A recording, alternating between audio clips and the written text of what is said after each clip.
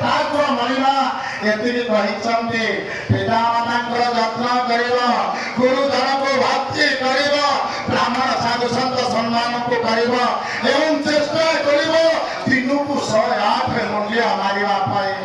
ଆପଣ ଯୋଉ ଡାକ୍ତର ପାଖକୁ ଯାଉଛନ୍ତି ସିଏ ଆପଣଙ୍କ ବଡିକି ଫିଟ୍ ରଖିବା ପାଇଁ କହୁଛି 1008 ଚାଲନ୍ତୁ ଆପଣଙ୍କ ବଡି ଫିଟ୍ ରହିବ। କହିଲେ ଯଦି ଆୟୁଷ ନଥିବ ବଡି କଣ ହବ?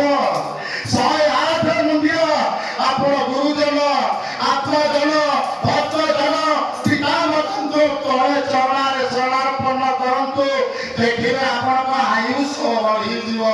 ଆଉ କୌଣସି ପୁଅ କେବେ ବାପା ସହିତ ମୁଣ୍ଡ ହେଇ କରିବ ନାହିଁ, କେବଳ ତା ଚରଣରେ ତା ଶରଣାରନ୍ଧ ହେଇଯିବ।